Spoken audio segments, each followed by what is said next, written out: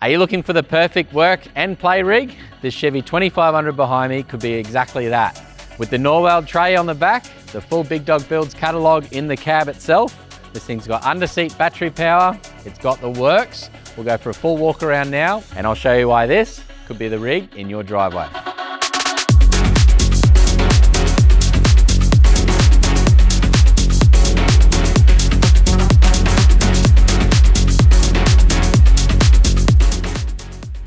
Starting at the front of this vehicle here, as you can see, it is a 3-inch lifted Chevy 2500 on 35-inch wheels. It's got the Outback Kitters front bar. This is the textured black pre-runner model. We've done the 3 spotlight tabs on the front here and gone for the Baja LP9 Sport combos. The Sport combos have got the combo lens in the bottom, they've got the spot lens in top, and these lights here definitely pack a punch. We've also got the 15,000-pound carbon winch inside the bar as well. You got your good recovery points there, the lights in the outer wings, and all of the 12-volt accessories on this truck is switched through SP9100 switching unit. That's the Switch Pro unit inside the cab for all of the lights up the front end. We've also got the lights on the roof rack. You got your winch isolator switch under the bonnet there as well, so you can simply turn on that winch controller, have wireless remote control, and if you did need to plug in, we relocate the plug-in option into the engine bay as well.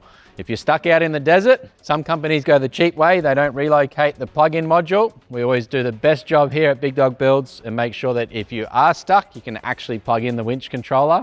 I don't want to get that phone call if you're in the middle of the outback. I'm not coming to get you.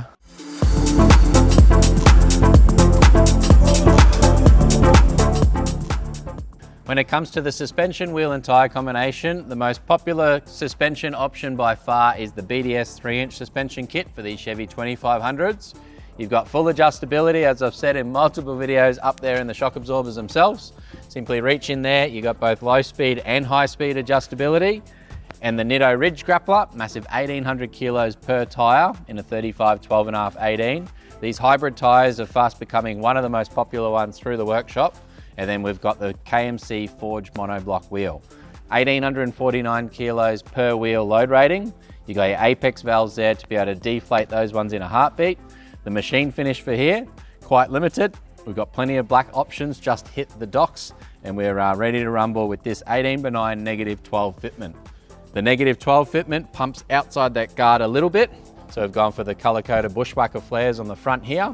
And up the back, we'll show you what's going on with the Norweld tray in just a minute. But that wheel and tyre combination, the black vehicle with the machined wheels, it's going to look amazing, tied into the aluminium of the Norweld. We've also got the little Z71 badge there in chrome with the gloss black. But enough about that, let's get to the back end and show you all about that. Before we get up to the back end, we've obviously got the XL side steps from Amp Research. These ones here drop down 410 mil off the ground. I lie, 360 millimeters off the ground for the XL steps with a 3-inch lifted Chevy on 35-inch tires. We've also got the Big Dog Builds accessory rack. You spin around there and I'll show you all around this one. The Big Dog Builds accessory rack, definitely one of the most popular options that we do for the roofs of all of these HD trucks. Whether you've got UHF communication like this Oricom setup with the big 1.25 meter whip, you've got your steady side lights, color changing between white and amber. And up on this one as well, we've got the MaxTrax recovery boards. We've also got the solar panel on there as well. And we can now do the Starlink units in every single Big Dog Builds accessory rack on the vehicle as well. It's going to give you communications, both UHF and Starlink to reach the world. You've also got your MaxTrax up there for recovery. Your solar panel, whether you're wanting this one to trickle charge the batteries under the bonnet, whether you're wanting them to keep on top of the battery under the rear seat, or if you're wanting this one to charge your batteries in the canopy, we can do all 3 options now. And to do more than one option, having this one here for the under bonnet batteries would be my choice, and then the rooftop tent would charge the batteries inside the canopy or under the back seat. This is our V1 underseat battery kit. We've got the massive 200 amp DCS lithium battery, the EnerDrive 2000 watt inverter. That's got the built-in RCD, so just simply plug in a power board or your 240 appliances from that one there. It's also got the Victron Smart Battery Protect, which is going to turn off the battery when it hits a certain voltage. The EnerDrive BCDC charger, which is obviously going to charge at 40 amps while the vehicle's driving. You've also got the Anderson plug outlet for inside the cab here.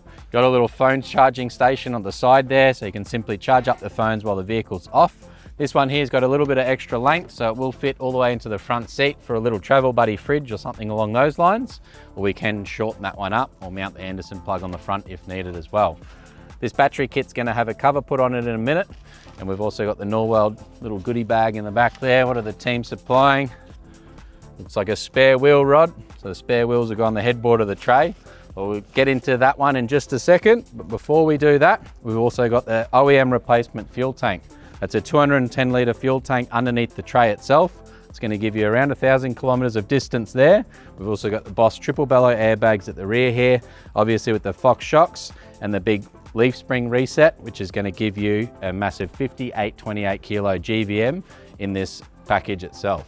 Ready for the canopy to go on the back. We'll get into the tray in a minute, but that's the rear end setup. The black with the alloy, it just definitely does it for me.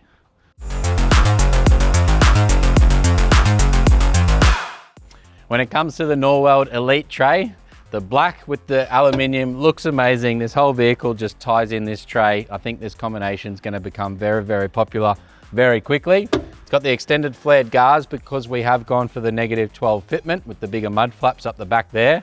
But the team do a really, really neat job. We still are in the QC and final stages of this one because it has just come back from the team. We've got the Anderson plug there to run up to the roof, which is the solar input from that solar panel. We're also going to do some power outlets from the underseat battery tray. That's going to come up to the headboard here. So this customer's going to be able to run a couple fridges on the tray there. When the canopy comes in a few months' time, he's going to be able to plonk the canopy on the back and have the best of both worlds.